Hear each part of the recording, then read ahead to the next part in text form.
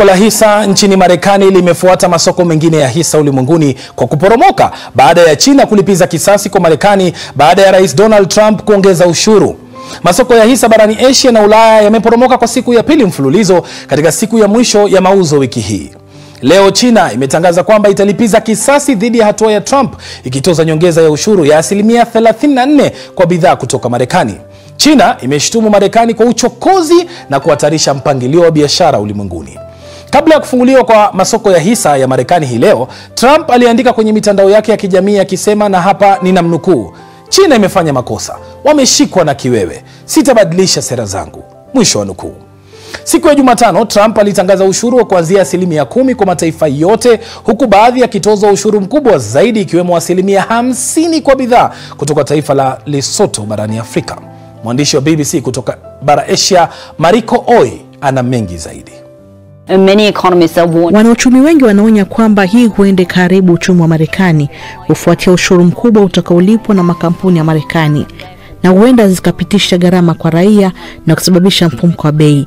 Na wanauchumi wengi sasa wameanza kutoa onyo kuwa hali hii itasababisha kuzorota kwa uchumi wa dunia.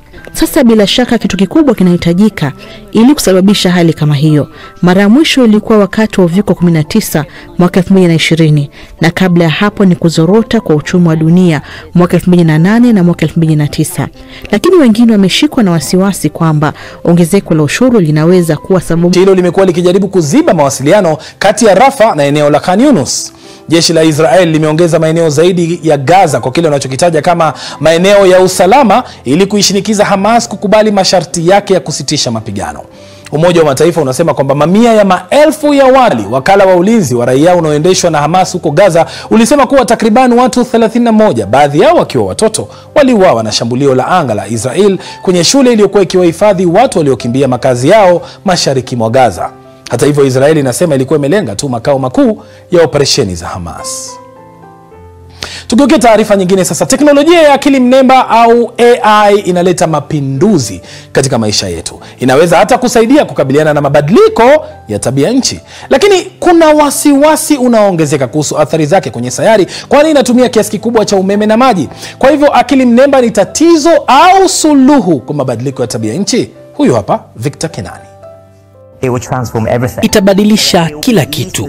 Itakuwa angalau kubwa kama mapinduzi ya viwanda, au iwe kubwa zaidi kama vile ujio wa umeme au hata moto.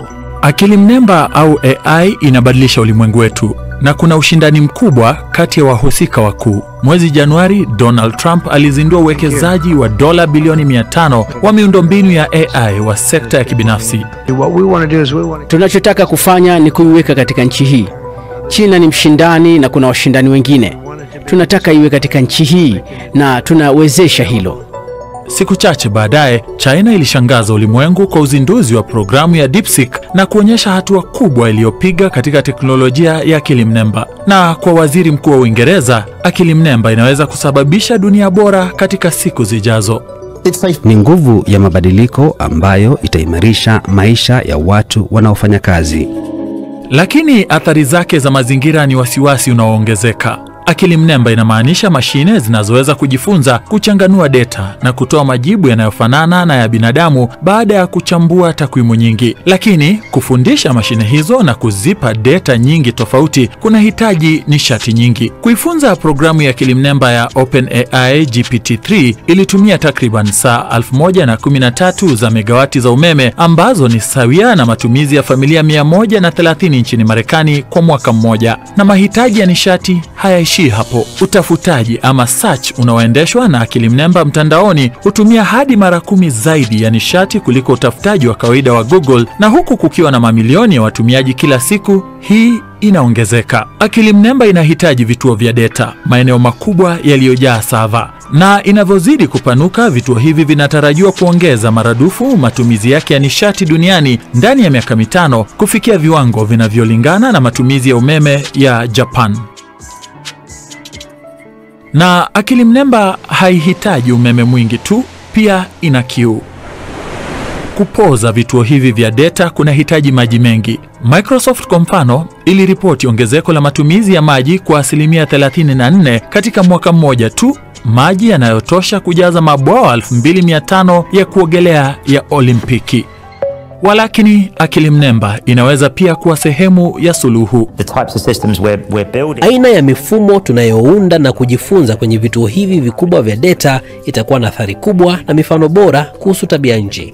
Kwa mfano, masuala kama kupata ufanisi zaidi kutoka kwa miundombinu iliyopo kwa gridi za umeme. Pia tunatumia akili mnemba yenyewe kupunguza matumizi ya nishati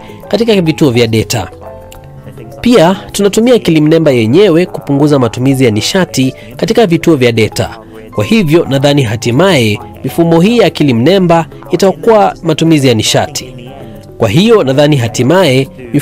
akili mnemba itaokoa matumizi ya nishati kupitia kile inachotumia kwa sasa.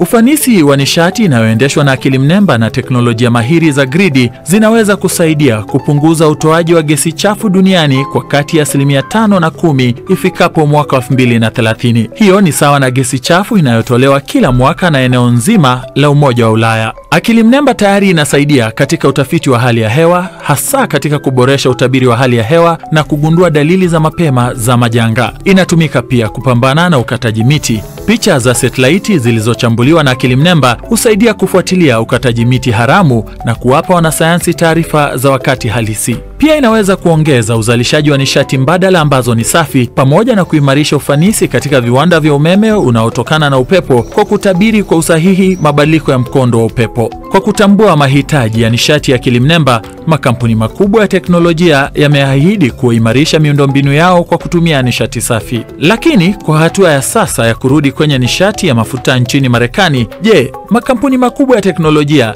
yatahamasishwa kufuata sera zinazozingatia mazingira? Jibu lake linaweza kuamua kama akili mnemba itabadilisha ulimwengu wetu kuwa bora au mbaya zaidi.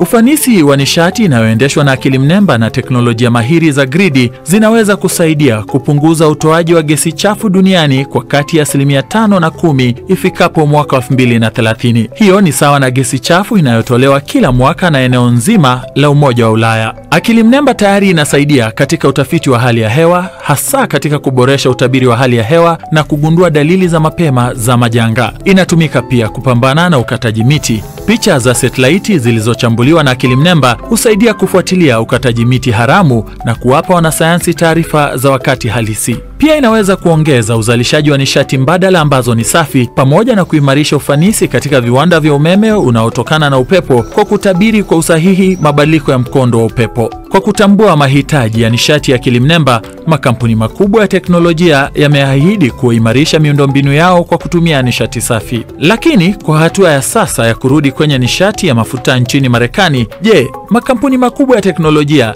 yatahamasishwa kufuata sera zinazozingatia mazingira? Jibu lake linaweza kuamua kama akili mnemba itabadilisha ulimwengu wetu kuwa bora au mbaya zaidi.